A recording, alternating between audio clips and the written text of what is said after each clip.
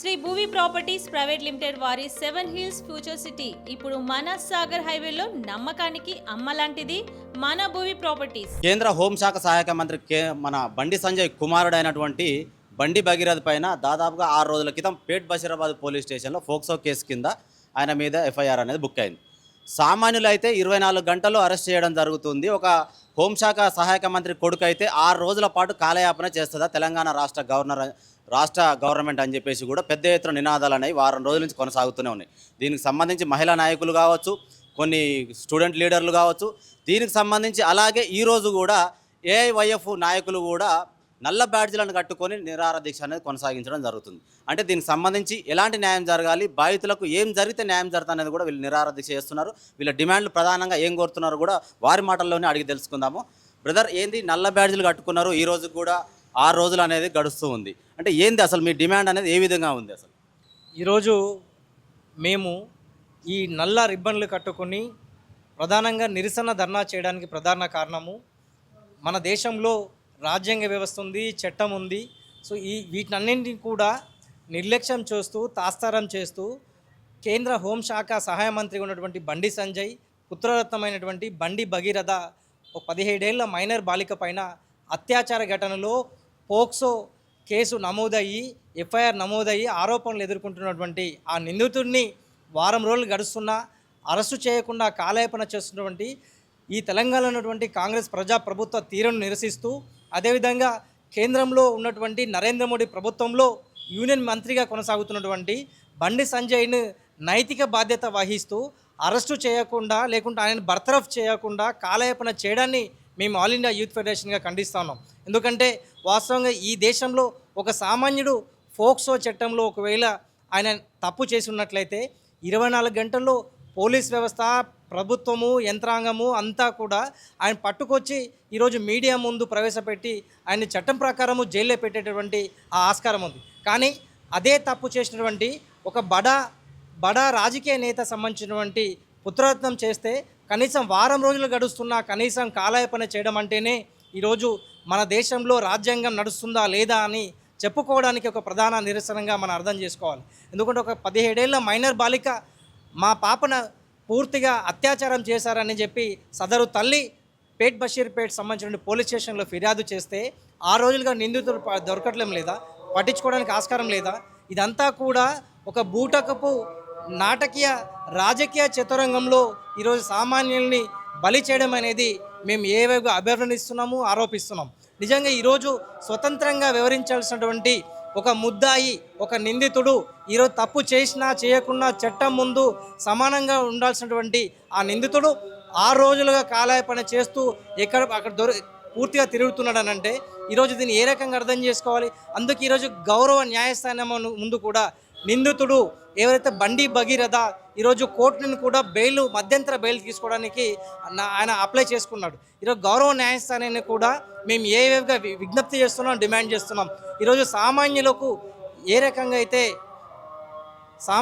రకంగా అయితే ఈ ప్రభుత్వాలు వివరిస్తుందో ఈరోజు బడా నేత పిల్లలు తప్పు చేసినా కానీ అదే రకంగా వివరించాలి. పోక్సో అభియోగం ఎదుర్కొంటున్నటువంటి ఆ నిందితుడిని అరెస్టు చేయాలి, చట్టం ముందు ప్రవేశపెట్టాలి. అదేవిధంగా బాధిత మహిళ ఏదైతే ఉందో రాజ్యాంగబద్ధంగా ఆమెకు భంగం కలగకుండా రక్షణ కల్పించాల్సిన బాధ్యత కూడా ఈ ఉన్నత న్యాయస్థానాలకు ఉంది.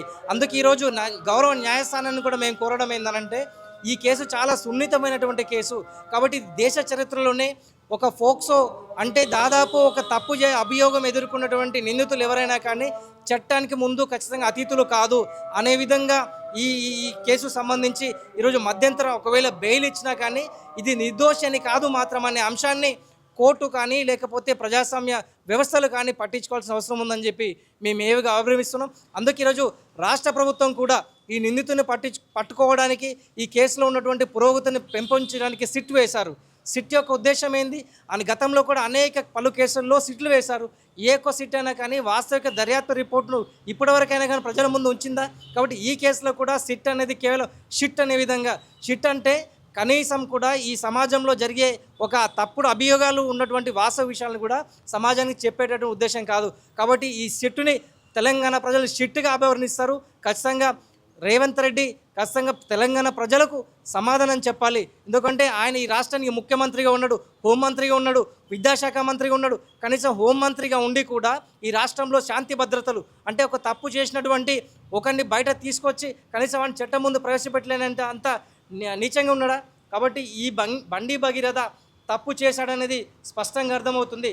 ఉన్నత న్యాయస్థానాలు కూడా చాలా ఉదాసీనంగా వివరించినా కానీ ఈరోజు ఖచ్చితంగా న్యాయబద్ధంగా న్యాయ సూత్రాలకు అనుగుణంగానే ప్రజా తీర్పులు రావాలని చెప్పి మేము ఏవేవో డిమాండ్ చేస్తున్నామో దానికి అనుగుణంగా రేవంత్ రెడ్డి కూడా భవిష్యత్తులో ఏదైతే ఈ బండి భగీరథని కాపాడుతున్నాడో ప్రజలకు కూడా ఆయన జవాబుదారీతనంగా చెప్పకపోతే, ఒకవేళ బాధ్యతగా ఉండకపోతే ఆయన తగిన మూల్యం చెల్లించుకోక తప్పదు అనే విషయాన్ని కూడా ఆయనకు మేము ఈ సందర్భంగా ఆయన విమర్శిస్తున్నామని చెప్పే విషయంగా తెలియజేస్తున్నాం. యాక్చువల్గా ఏంటంటే కరీంనగర్ పోలీస్ స్టేషన్లో కూడా బండి భగీరథకు సంబంధించి ఒక పిటిషన్ వేయడం జరిగింది. ఆ అమ్మాయి మైనర్ కాదు, నేను ఎలాంటి అఘాయిత్యానికి నేను పాల్పడలేదు. ముఖ్యంగా చూసుకుంటే హనీ ట్రాప్ అనేది జరిగింది. డబ్బులు డిమాండ్ చేయడం వల్లనే నేను డబ్బులు ఇవ్వకపోవడం వల్ల ఒక హనీ ట్రాప్ మాత్రమే ఇది. నేను డబ్బులు ఇవ్వకపోవడం వల్ల కేసుని రివర్స్ చేసి పేట్ బషీరాబాద్ పోలీస్ స్టేషన్లో వీళ్ళు నా మీద ఫోక్సో కేసు అనేది ఎఫ్ఐఆర్ చేశారు. అసలు దానికి సంబంధం లేదని కూడా మొన్నటి వరకు కూడా వినిపించారు. ఒకవేళ తప్పు చేయనట్లయితే 6 రోజుల నుంచి పరారులో ఉండాల్సిన అవసరం ఏందనేది కూడా ప్రజల నుంచి కూడా వాయిస్ అనేది వస్తుంది. ఏం చెప్తారండి? ఇప్పుడు ఆయన చెప్పిన హనీ ట్రాప్ కరెక్ట్ అంటారా, అమ్మాయి చెప్పిన వాదన కరెక్ట్ అంటారా? ఎట్లా చెప్తారు దీని గురించి? ఈరోజు హనీ ట్రాప్ అనే ఒక అభూత కల్పన, తప్పుడు వాస్తవిక విషయాన్ని ప్రజల ముందు ఉంచడానికి కేంద్ర మంత్రి బండి సంజయ్, ఆయన పుత్రరత్నం బండి భగీరథ ఈ చట్టాన్ని పూర్తిగా అవహేళన చేసే విధంగా హనీ ట్రాప్ అని ఒక కొత్త కోణాన్ని తీసుకొచ్చారు. నిజంగా ఈ దేశాన్ని అంటే కేంద్ర హోంశాఖ సహాయ మంత్రి అంటే ఈ దేశాన్ని ఈ రక్షణను కాపాడాల్సినటువంటి మంత్రి ఈరోజు హనీ ట్రాప్కి గురవుతాడా? హనీ ట్రాప్కి గురైనా కానీ దేశ రక్షణ విషయంలో ప్రజలకు జవాబుదారీతనంగా ఉండాల్సినటువంటి మంత్రి నిస్సిగ్గుగా మాట్లాడడానికి అవకాశం ఉన్నదా? కాబట్టి తప్పుడు అభూత కల్పన. బీజేపీ కూడా అనేక సందర్భాల్లో కూడా బేటీ పడావో బేటీ బచావో చేస్తున్నారు. కానీ ఈరోజు బేటీ పసానో బేటా బడావో అనే విధంగా చేస్తున్నారు. ఇది చాలా తప్పుడు వాస్తవిక విషయము. నిజంగా బీజేపీకి చిత్తశుద్ధి ఉంటే ఆరోపణలు ఎదుర్కొంటున్నటువంటి బండి సంజయ్ని ఖచ్చితంగా నైతిక బాధ్యత వహిస్తూ రాజీనామా చేయించాలి. రాజీనామా చేయించకుండా కాలయాపన చేస్తున్నారు. ఈ రాష్ట్రంలో నుండి బీజేపీ సంబంధించిన అధ్యక్షుడు రామచంద్రరావు ఏం మాట్లాడతాడు? అది ఆయన కుటుంబ విషయము కాబట్టి పార్టీ ఆయన వెనుకేలే ఉంటుంది అంటే ఈరోజు కొడుకు చేసినటువంటి తప్పుని ఈరోజు బీజేపీ పార్టీ కానీ లేకపోతే బండి సంజయ్ వెనకేసుకొస్తున్నాడా? కాబట్టి ఇక్కడ ప్రజలకు జవాబుదారీతనంగా ఉండాలి. ఇవన్నీ కూడా తప్పు పని చేసినట్టు కొడుకైనా కానీ కన్న తండ్రి అయినా కానీ ఈరోజు చట్టం ముందు నిలబెట్టాలి. కాబట్టి అవి లేకుండా ఈరోజు చట్టాన్ని అవహేళన చేసే విధంగా, రాజ్యాంగాన్ని అవహేళన చేసే విధంగా బండి సంజయ్ మాటలు ఏవైతే వ్యాఖ్యలు ఉన్నాయో ఇది చాలా దుర్మార్గమైనటువంటి అప్రజాస్వామికం అని చెప్పి మేము ఏవేగా అభివర్ణిస్తున్నాము. అయితే ఇంకొకటి అన్న, ఇప్పుడు బీజేపీకి సంబంధించి ఒక లవ్ జిహాద్ కావచ్చు, ఇంకా మరే ఇతరతకు సంబంధించి వేరే కుల మతాలకు సంబంధించి కూడా బీజేపీ మహిళా నాయకులైనా సరే, బీజేపీకి సంబంధించిన మినిస్టర్ అయినా, ఎంపీ అయినా, ఎవరైనా గతంలో కూడా ఏదో ఒక విషయం మీద వాయిస్లు అనేది వినిపిస్తూనే ఉంటారు, ముందుకు వస్తూనే ఉంటారు, న్యాయం జరిగేంత వరకు కొట్లాడుతూనే ఉంటారు. అంటే ఈ అమ్మాయి విషయం వచ్చేసరికి మా బీజేపీకి సంబంధించిన మంత్రి కొడుకు అని దృష్టిలో పెట్టుకొని వీళ్ళు ఒక్క దగ్గర కూడా వాయిస్ వినిపించకుండా ఉంటారు. ఎట్లా చూడొచ్చు అన్న ఈ విషయాన్ని? ఖచ్చితంగా ఇప్పుడు బండి సంజయ్ కొడుకు కాబట్టి ఆయన శుద్ధపూస, ఆయనకి ఏం తెలియదు, పాపం అమాయకుడు. ఆయననే హనీ ట్రాప్ చేసి లేకుంటే ఇంకోటి చేసి దేశ రక్షణ సహాయ మంత్రి కొడుకుని బ్లాక్మెయిల్ చేసి ఈ దేశంలో ఇంకేదో చేద్దామని అనుకున్నారు అని వాళ్ళ వాదన. ఇలా కనీసం అది చెప్పుకోవడానికి సిగ్గాన్ని ఉండాలి. ఇలా వేరే ఎవరైనా సరే మాతృత్వం అనేది, మహిళలు అనేది ఎవరైనా ఒకటే, అది ఏ మతమైనా కానీ, ఏ కులమైనా కానీ, ఇంకేదైనా కానీ, ఏ దేశమైనా సరే, ప్రపంచంలో ఎక్కడ కూడా మహిళలపై జరిగినా కూడా స్పందించేది ఫస్ట్ ఆ తల్లి మాతృత్వం. కానీ ఇలా భారతీయ జనతా పార్టీ అని భారత్ మాతాకి చేయని ఇలా భారత్ మాత బాధపడుతున్నది.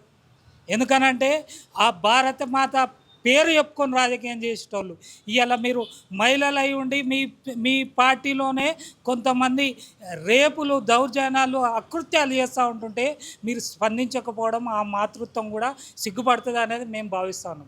ఎందుకనంటే ఇలా భారతీయ జనతా పార్టీగా లేదా, అది బలాత్కార జనతా పార్టీగా ఉన్నది. ఎందుకంటే ఇలా బండి సంజయ్ ఒక్కడే కాదు, బండి సంజయ్ కొడుకు ఒక్కడే కాదు ఇలా చేసింది. భారతీయ జనతా పార్టీలో చాలామంది ఉన్నారు, అనేక మంది రేపు ఆరోపణలు వచ్చినాయి, అనేక డేరా బాబాలు, అనేక బాబాలు కూడా ఆరోపణలు వచ్చాయి. కానీ అక్కడ ఎవరు కూడా వాళ్ళ వరకొచ్చే స్పందించారు. అదే ఒక ముస్లిమో లేకుంటే క్రిస్టియనో లేకుంటే ఇంకా ఏదైనా పార్టీ వాడైతే ఈ పార్టీకి ఆయన ఇల్లు తగలబెట్టేటోడు, ఆయన ఊరు తగలబెట్టేటోడు, ఈ రాష్ట్రాన్ని తగలబెట్టేటోడు. కానీ మహిళలుగా ఇప్పటికైనా మీరు కొంచెమన్నా జ్ఞానం తెచ్చుకొని కనీసం ఒక మహిళల్లాగా ఆలోచించి ఒక మహిళామూర్తి నా బిడ్డను చేర్చిరు, నా బిడ్డని ఇన్నిసార్లు తీసుకో ఇన్ని రకాల ఇబ్బంది పెట్టిరు, మద్యం దాపించిరని ఏ కన్న తల్లని చెప్తుందా? ఆ గుండె మీద చేసుకొనన్నా మాట్లాడురు. ఏ కన్న తల్లి అయినా కానీ తన బిడ్డకు ఘోరం జరిగినా కూడా నలుగురికి తెలియొద్దనే దాపెట్టుకునే ప్రయత్నం చేస్తుంది. కానీ ఎప్పుడైతే బండి సంజయ్ కొడుకు సోషల్ మీడియాలో పెట్టి బ్లాక్మెయిలింగ్ చేయడం జరిగిందో అప్పటి నుండే తన తల్లి కూడా ఇక తన తల్లికి బిడ్డ ప్రాణం కంటే ఎక్కువ ఏం కాదు కదా, 2 సార్లు సూసైడ్ అటెంప్ట్ చేసిందంట పాపం ఆ తల్లి. ఇంకా ఇక నా బిడ్డ బతికినా చచ్చినా ఒకటే అనుకొని తెగించి ఖచ్చితంగా ఈ దుష్టునికి శిక్ష పడాలని అవతల పక్క ఎంతోడని ఆలోచించలే ఆ తల్లి. తన బిడ్డను కాపాడుకునే ప్రయత్నంలో అవతల కేంద్ర మంత్రి అయినా సరే వాడు ఇంకోవాడైనా సరే వాడిని ఎదిరిస్తా అని ధైర్యం చేసి ముందుకొచ్చి పోలీస్ స్టేషన్ మెట్లెక్కింది. మరి అలా ప్రభుత్వం ఏం చేయాలి? ఈ రాష్ట్ర ప్రభుత్వం ఏం చేయాలి? కేసు మెట్లెక్కి వాడు ఎవడైనా సరే ఈ రాష్ట్రంలో రేవంత్ రెడ్డి గారు చెప్తాడు ఇది ప్రజాపాలన, ఇది ప్రజల కోసమే వచ్చిన పాలన, తెలంగాణలో ఒక మా అద్భుత పాలన అని చెప్తా ఉన్నాడు. ఇలా ఏమవుతుంది? ఒక సినిమా హీరోని తీసుకొని పోయి లోపడేసి హీరోయిజం అనుకున్నావా? అప్పుడు అంటివి కదా, అప్పుడు ఆ రోజు అన్నావు కదా మా దగ్గర న్యాయం అనేది అందరికీ సమానంగా ఉంటుంది, పేదోళ్ళు బడుగు బలైన ఏమి తేడా ఉండదు, న్యాయానికి ఒకటే ఉంటుంది అని చెప్పావు. తప్పు చేసినోడు ఎవడైనా సరే ఊచలు లెక్క పెట్టాలన్నావు. కానీ ఇవాళ ఏం జరిగింది? కేసు ఫైల్ అయి 3 రోజుల తర్వాత నువ్వు పక్క కూర్చుంటావు, ఆయన పెద్ద మనిషి వస్తాడు ఢిల్లీకి వెళ్ళి ఆయన చెప్తాడు నువ్వు నాతో మేరసే జుడో మై తుమ్ జా తక్ నై పहुंच పాతే మై వా తక్ లేకే జాతామని ఆయన చెప్తాడు. అంటే నీకు ఇంకేం కావాలి? సీఎం అయినావు కదా, ఈ రాష్ట్రాన్ని తింటున్నావు కదా, ఈ రాష్ట్రాన్ని వెళ్తున్నావు కదా. ఇంకా నరేంద్ర మోడీ ఏదో ఆమె వచ్చే ఈయన మీద ఏమైనా పాత కేసులు తోడతాడనో లేకుంటే ఈయన గవర్నమెంట్ని కూలగొడతాడనే భయంతో బండి సంజయ్ని ఒక కేసు ఆరోపణ ఎదుర్కొంటున్న వ్యక్తిని మేరా ప్రియమిత్రు అని సంబోధిస్తావు. చెప్పడానికి సిగ్గులేదా రేవంత్ రెడ్డి అని అడుగుతా ఉన్నాం. ఒక మహిళ కదా, ఒక మహిళ నిన్ను నమ్మి నీ ప్రభుత్వాన్ని నమ్మి పోలీస్ స్టేషన్లో కేసు పడితే నువ్వు అండగా ఉండాల్సింది పోయి ఇలా నా మిత్రుని మొదటి రోజే చెప్తివి, ఇదే తర్వాత చెప్తి మోడీ అయిన తర్వాత సిట్టేంది ఎన్ని కేసులలో పెట్టినావు? ఈ పోక్సో యాక్ట్ కింద లేకుంటే దిశ కేసులలో అమ్మాయిల పట్ల అఘాయిత్యాలు జరిగే కేసులలో ఎన్నిట్ల మీద సిట్లు వేసినావు? ఎక్కడ వేయలే కదా. ఇవాళ ఎందుకు బండి సంజయ్ కుమారుని కేసు మీద ఎందుకు సిట్టేసినావు? ఎందుకు కార్యాపన చేస్తున్నావు? నీకు నిజంగా ఆ కేసులో చిత్తశుద్ధి ఉంటే నువ్వు ఏం చేయాల్సింది? కేసు తాత్సారం చేసిన ఆ పోలీస్ అధికారులను నిర్లక్ష్యంగా వేరించిన అధికారులను సస్పెండ్ చేయాల్సింది. నువ్వేం చేయలే. కేవలం ఒక లేడీ ఐపీఎస్ని ముగడబెట్టి రేపేమైనా అయినా కూడా ఆమె ఇన్వెస్టిగేషనే తప్పని ప్రజల్లో ఆమె మీద ఏదో తప్పించుకునే ప్రయత్నం రేవంత్ రెడ్డి ప్రభుత్వం చేస్తుంది. ఇప్పటికైనా రేవంత్ రెడ్డి గారికి అవకాశం ఉన్నది. ఇప్పటికైనా ప్రజలు తమ నమ్మకాన్ని సడగిలిపోతూ ఉన్నారు. ఈ దేశంలో బీజేపీ అధికారంలో ఉన్న రాష్ట్రాలలో మహిళలపై దాడులు జరుగుతున్నాయి, రేపులు జరుగుతున్నాయని దేశం అంతా కోడైగూస్తూ ఉన్నది. ఒక పక్కన దేశంలో ఈ రాష్ట్రంలో అధికారం రావని అంటున్నావు. ఇలా మంత్రి కొడుకు ఈ అఘాయిత్యానికి పాల్పడితే విచారణలో ఏదైనా తేలుతుండొచ్చు. కానీ పోక్సో కింద కేసు నమోదైతే నువ్వేం చేయాలి? తీసుకొచ్చి 24 గంటలు మించక ముందుకే లోపడేయాలి. నువ్వేం చేయలే కదా. ఇవాళ వరకు భగీరథను పట్టుకోనికి 6 రోజులైన ఎన్ని కమిటీలు ఎన్ని బృందాలు తిరుగుతూ ఉన్నాయి? ఎక్కడెక్కడ వెతికిరు? ఏమైనా దేవులాడిరా? ఎక్కడ వెతికిలాటలేదుగా. ఒక నోటీస్ ఇచ్చిర్రు, ఆయన నిన్న మెయిల్ ఇచ్చిండు, నేను ఎల్లుండి వస్తా, నాకు టైం కావాలని అడుగుతూ ఉన్నాడు. ఒక నేరం ఆరోపణ చేసినోడు నాకు టైం కావాలి, నాకు ఇంకేమన్నా ఈ 2 రోజుల గ్యాప్లో ఇంకేమన్నా చేయొచ్చు అనే ఆలోచనతో ఉన్నాడు. ప్రభుత్వం ఇప్పటికైనా మేల్కోవాలి. లేదనుకో ఈ రాష్ట్ర ప్రభుత్వానికి ఆ కేంద్రంలో ఉన్న నరేంద్ర మోడీకి ఢిల్లీకి సెగ ఖచ్చితంగా తాగుతుంది. మేము దాన్ని కేసులో న్యాయం చేసేంత వరకు బాధితుల ప్రాణానికి హాని కూడా ఉన్నది, దానికి రక్షణ కల్పించాలి. ఆ బాధిత ఫ్యామిలీకి ఏం జరిగినా కూడా ఈ రాష్ట్ర ప్రభుత్వమే బాధ్యత వహించాల్సి ఉంటుంది. కాబట్టి ఇప్పటికైనా ప్రభుత్వం చర్యలు తీసుకోవాలని మేము డిమాండ్ చేస్తా ఉన్నాం. దీనికి సంబంధించి బండి భగీరథకు సంబంధించి ఒక బీజేపీ మహిళా కార్పొరేటరు సుంకర మౌనిక ఆమెకు ఒక సామాన్యురాలు కాల్ చేసింది. ఒక ఆడియో అనేది వైరల్ అవుతుంది. ఏంటంటే అందులో ఏముందంటే, మీరు ఎందుకు వాయిస్ వినిపించట్లేరు, ఒక అమ్మాయికి అన్యాయం జరిగితే మీరు ఎందుకు ముందుకు రావట్లేరు అని అడిగిన ఆ సిటిజన్కు ఇది ఫేక్ న్యూస్ కాబట్టి మేము ముందుకు రావట్లేదు అని చెప్పి ఆమె స్పష్టంగా చెప్తూ ఉంది. అంటే ఫేక్ న్యూస్ అని చెప్పేసి మౌనిక సుంకర బీజేపీ నాయకురాలు చెప్పేదాన్ని మీరు ఎట్లా చూస్తారని, అసలు ఆమెకి ఏం చెప్తారు? ఇలా మౌనిక గారు కానీ ఇలా భారతీయ జనతా పార్టీకి కానీ ఆర్ఎస్ఎస్కి కానీ ఎవరికి కూడా దేని మీద నమ్మకం లేదు. వాళ్ళు మాట్లాడే పొద్దున్న లేస్తే రాజకీయాలు చేసి రాముని మీద నమ్మకం లేదు. వాళ్ళు నీతి ధర్మం అని మాట్లాడతారుగా, ధర్మం కోసం, సనాతన ధర్మం కోసం అని మాట్లాడతారు. ఆ ధర్మం మీద కూడా నమ్మకం లేదు. అన్నిటికీ మించి వీళ్ళకు భారత రాజ్యాంగం పట్ల కూడా నమ్మకం లేదు. ఎందుకనంటే నిజంగా వాళ్ళకు ఫాల్స్ కేసు అయితే పట్టుకరండి. బీజేపీ రామచంద్రరావు గారికే చెప్తా ఉన్నాం, ఇది మీ బీజేపీ భారతీయ జనతా పార్టీపై ఒక మచ్చ కదా, మీ కేంద్ర మంత్రిపై ఒక మచ్చ కదా, తీసుకురండి. తీసుకొచ్చి ప్రజాక్షేత్రంలో పెట్టి స్టేషన్కి తీసుకొని మీరు అండగా ఉండి విచారణ చేయించండి. మీరు ఎందుకు ఎదుర్కోలేకపోతా ఉన్నారు? ఇలా మాట్లాడే మాటలేమో మీకో రకంగా ఉంటాయి, మీరు మాట్లాడే ధర్మం మీకు ఒక రకంగా, మీరు మాట్లాడే నీతి మీకు నీతి మీద, ధర్మం మీద, భారత రాజ్యాంగం దేని మీద నమ్మకం లేదు. కేవలము మీరు ఒక మత పిచ్చితో ఉండే వ్యక్తులే తప్పితే మీ మటుకొచ్చే మేము అదే అడుగుతా ఉన్నాం. అదే మహిళా కార్యకర్త వాళ్ళ ఇంట్లో కూడా జరిగితే కూడా ఇలాగనే ప్రవర్తిస్తారా అనేది కూడా వాళ్ళ ఆలోచన చేసుకోవాలనేది. ఏ ఇంట్లో కూడా జరగాలని ఎవరు కోరుకోరు, కానీ ఒకవేళ జరిగితే కూడా వారు కూడా అదే అలా ఆ రకంగానే స్పందిస్తారా అనేది ఆలోచించుకోమని మేము విజ్ఞప్తి చేస్తాం.